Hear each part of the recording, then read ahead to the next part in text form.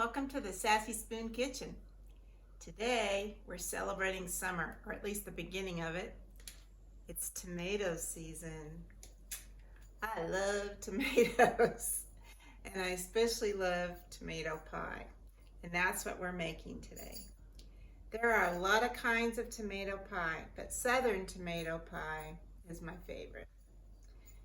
And tomatoes that are really fresh and ripe are the best ones to use for tomato pie. I've lived in the South a long time before I discovered the real flavor of Southern tomato pie. I didn't really taste my favorite tomato pie until I moved to Charleston. And there at the Stono River Market, Stono Market, I tasted my favorite kind of tomato pie. It's made with biscuits flattened and already baked on the bottom. They're now when I say biscuits, they're Southern biscuits, but the dough is rolled thinly, and it's just laid out in little squares or pieces. It's not like a real biscuit like you'd imagine a biscuit to be. And they're laid out in the bottom of a pan, and then the mixture of mayonnaise and cheese and tomatoes and onions goes on top, and I add basil too, and then it's baked, and it makes this delicious juicy tomatoey casserole with cheese, and it's just kind of gooey and delicious, and the flavors soak into those dried biscuit biscuits on the bottom that are so incredible, and it's just my favorite kind. I've had the honor to judge some tomato pie contests in Charleston before, and I've tasted some really wonderful, interesting, and delicious tomato pies, but that's still my very favorite one. And so that's the one I'm going to teach you how to make today. So stay tuned and get out your tomatoes. If you don't have a garden, go to your farmer's market. Make sure you get some really good fresh ripe ones, and get a few different colors too, because that makes the best tomato pie. So see you back here in the kitchen in a little bit. Oh, don't forget to subscribe. Okay, so we're ready to put together our tomato pie. It's very simple, goes together really fast, bakes fairly quickly, and it can freeze very well too. So this is a great dish. So here we have our biscuit dough that's been baked off. It's just biscuit dough that's rolled really thin, and you bake it on a flat cookie sheet, and you prick little holes in it so it stays flat. And you can also freeze that ahead of time. I usually keep some in the freezer. This early in the year, I just had to do some ahead of time. You put about 2 layers of it broken up in little pieces so that the moisture will get down inside of it and soak up. Now all I have to do here are 2 things. I have to slice my tomatoes. I already have my onions sliced, so I'm going to slice my tomatoes. Love this little knife. I bought it at a French shop. I just love it. In Oakland, California, no less. So it's good if you use some different tomatoes. I'm going to use a yellow tomato and a couple of different tomatoes here. I have, see if any of these are ripe enough to slice. This one is. That's a Cherokee purple, I believe. So it's a little green, but it still will add some different color and flavor. I like to add different dimensions in the pie of different colors and flavors of tomatoes. You can even use cherry tomatoes or different kinds of colors of tomatoes. So just start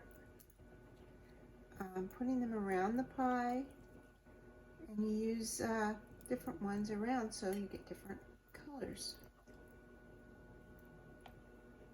These are obviously the ends. You can't use those. I wish there was something fun you could do with them. You don't want real thick slices, but you also don't want really thin ones. You want them thick enough that they're going to be meaty.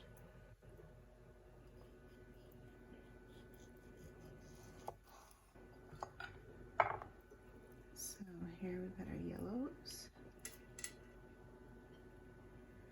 Let's see, we'll go with that there. This over here. This yellow one here, and I'll save this yellow one here for another one. These are nice Granger tomatoes. These are from Tennessee. Really nice and red. My tomatoes aren't quite ready yet. This is a great dish for when you have a garden and you have a lot of tomatoes, and I will in about a month. Now I'm gonna put some of my onions. This is a Vidalia. I'm just gonna put a few of those along in here before I do another layer of tomatoes. And then we'll do our mayonnaise and cheese layer, which goes on top. Okay. Another slice of this Granger, which is just a beautiful tomato. They're kind of expensive, and you can only get them at a farm stand or a big farmer's market that imports the Tennessee tomatoes. I can maybe cut this core out.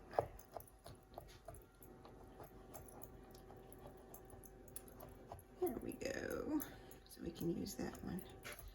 That's kind of a premium tomato. I'm still gonna have to get that center up. My oven's ready. That's at 350, which isn't, you know, very hot necessarily. I think we could put one more tomato in here.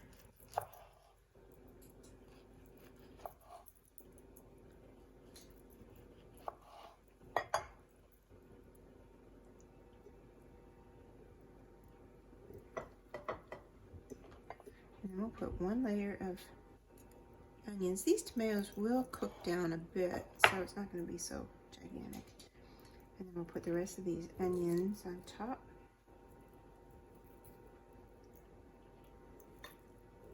This is one full onion. It's kind of a medium onion. It's not a big one. Smallish to medium.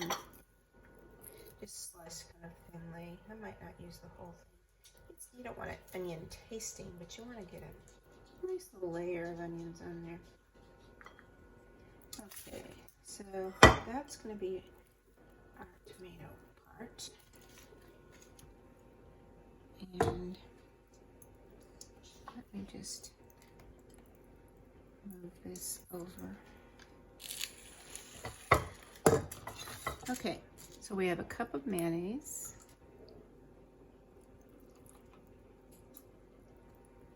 And I don't know if I have to give you the Duke's lecture or not. So, if you're not from the South, this is the best mayonnaise in the world. And it has no sugar in it. It's the same recipe since 1917, even though the company was recently purchased. It's just really good mayonnaise. And when I lived in Hawaii, I ordered it online from Amazon. You can buy it on Amazon. Or if you have friends that live in the South, you can tell them how much you love it. And they might just bring it to you or send it to you. It's really, really good. And this is a pink Himalayan salt, and I'm just putting about a teaspoon in here.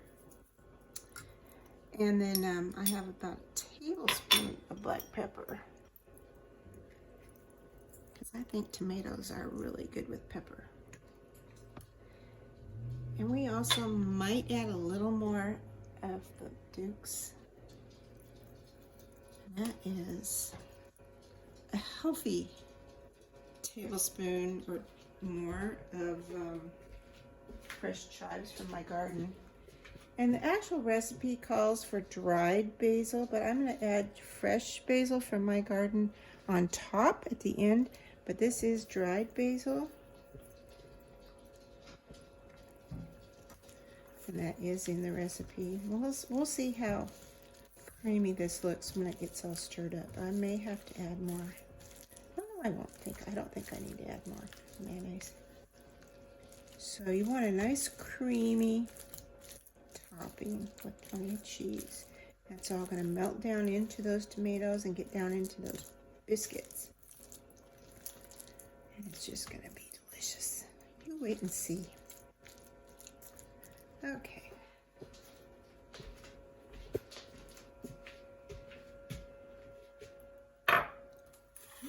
It's way down there.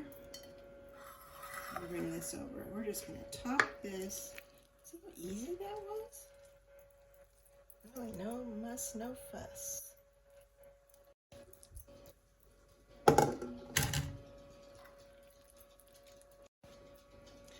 And as I told you in the beginning, when I used to judge these tomato pie contests, some of them went way over the top, doing some really fancy things. I'm gonna have to get my fingers in the air, I'm sorry. But in order to spread this really nicely, I have to use my fingers because it's gonna move these onions and tomatoes around if I don't. So anyway, some of these people just did the most fancy things. They did almost like creme brulee kind of toppings on them, and some people did an upper crust on the tomato pie, and some people did like a regular bottom crust on the tomato pie, and you know, they just did all kinds of stuff on them. And some did like a tamale pie kind of tomato pie. Some made them Mexican style. They did all kinds of fun things. But in my book, this is the best tomato pie there is. And I hope you'll agree after you taste it. I had this in this little Stono cafe. It's actually an old tomato shed. And they sell seafood and vegetables. It's an old packing house. And they have a little cafe there. And you drive down this dirt road to get to it. Family, the Ambrose family, has been around forever on John's Island. And I used to go there and get my shrimp sometimes when I wasn't doing it elsewhere. And they also had a lot of times stone crabs they would catch. A lot of the other shrimpers wouldn't catch them, but they caught them in the creek. And so I would go there, and they had really good corn too. And so we would go out there to buy that, and then we would have lunch. And they always had this, and they sold it to go in these little tin containers. And finally I got the recipe from Mrs. Ambrose, and so I started making it. So good. This is my favorite. So look at my hands now. I can't even turn the camera off except with my knuckles. So I'm going to put this in the oven, 350. I think it's 25 minutes or 30 minutes, but I'll double check on that. Anyway, it'll be in the recipe. Recipe's on my website also at sassyspoon.com. Just put in tomato pie. But it will be at the bottom of the page here. So all you have to do is just click on the bottom and you'll see it. And I'll let you see it when it comes out too. We'll let it rest for a few minutes and we'll cut it and you can see us take a bite. Okay, here is the delicious, succulent tomato pie. This is also great for breakfast. The longer it sits, the more it soaks up all the flavors. It's really delicious, and I can't even begin to tell you how good the flavors are. And the more we get into tomato season, we're in mid-June right now, so we have the rest of June, all of July, and part of August if you live in the South. If you live in the North, you're going to have to wait a couple weeks, and then you're going to have July and August. So you've got a couple months of great tomatoes ahead of you, no matter where you are. Just enjoy this. I've got a nice salad from my garden. My tomatoes aren't ready yet. I had to buy them at the market. But my tomatoes will be ready in another week or two. Probably 2 weeks, really, to be honest. And then they're going to come on gangbusters. We're going to have so many tomatoes, we're not going to know what to do with them. And this is one thing you can do. And you can freeze this in freezer containers. You can actually bake them in those foil containers with the little clip-on lids, and they're perfect. And you can bring them out in September and October, and the flavors of summer will be there with you. So they're great. That's what they do at the Stono Cafe. And I used to go there and buy them, and in October and November, and they were so good because it was a tomato packing place, so they had tomatoes all the time, and they had so many tomatoes they didn't know what to do with them, and they made this, and that was what they were famous for.